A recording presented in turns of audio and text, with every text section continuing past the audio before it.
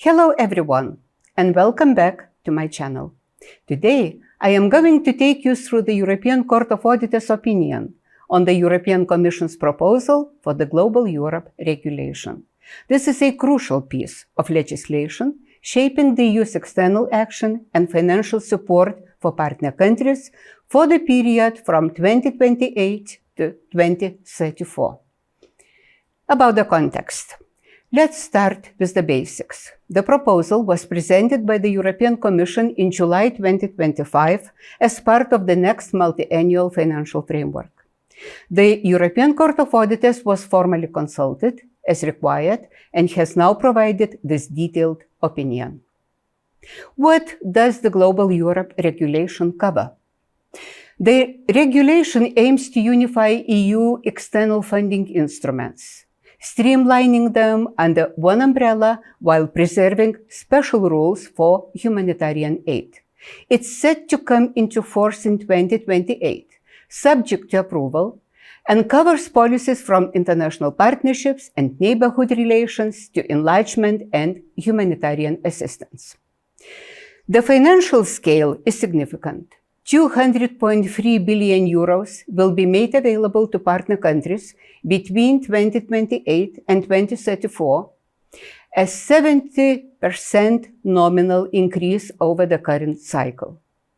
In addition, it proposes up to 100 billion euros for Ukraine's reconstruction and support, either in the form of loans as non-repayable support or as provisioning for budgetary guarantees. What are the main messages from the opinion?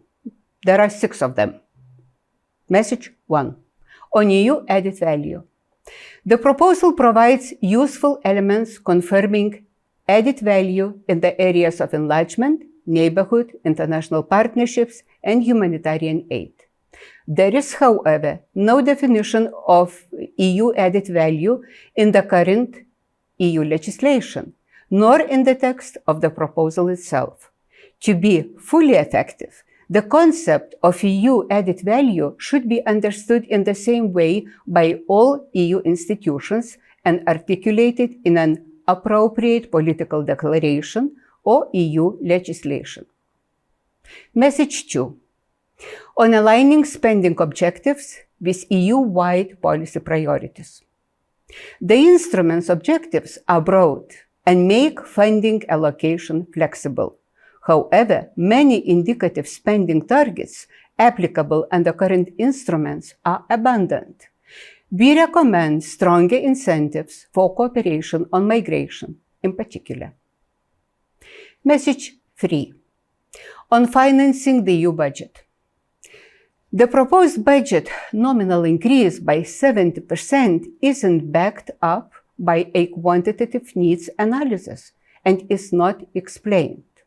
In addition, up to 100 billion euros could benefit Ukraine. However, large amounts of concessional loans to Ukraine would increase the EU's borrowing obligations.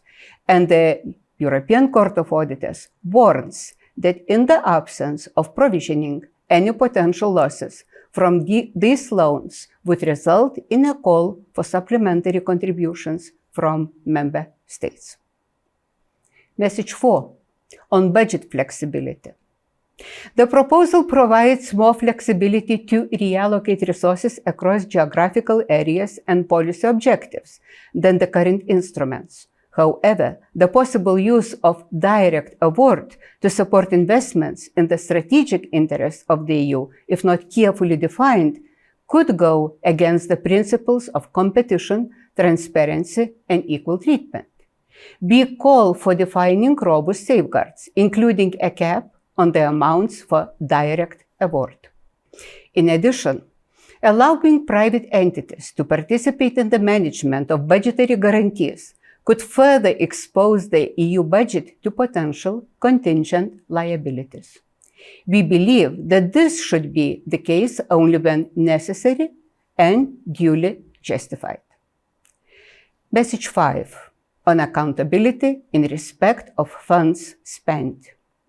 We urge the Commission to make use of experience to enhance performance orientation accountability and transparency in the design of performance-based instruments with enlargement and Eastern Neighborhood partners, particularly under the financing not linked to costs model. In addition, considering the large amounts at stake, the procedure for adopting those performance-based instruments provides for limited formal involvement of the European Parliament and the Council. We propose considering reinforcing their role in the oversight arrangements. Message 6. On European Court of Auditors audit mandate. In view of the restrictions that some implementing bodies have repeatedly placed on the Court of Auditors' access to audit documentation, the auditors recommend explicitly embedding the European Court of Auditors' audit rights in the new regulation.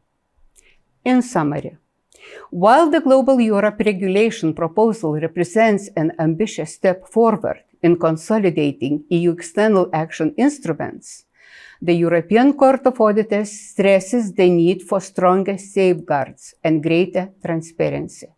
The aim is to ensure EU funds deliver maximum value, they address strategic priorities, and are managed with the highest standards of accountability. Thank you for watching. If you found this overview useful, please like and subscribe for more updates on EU policies and finance.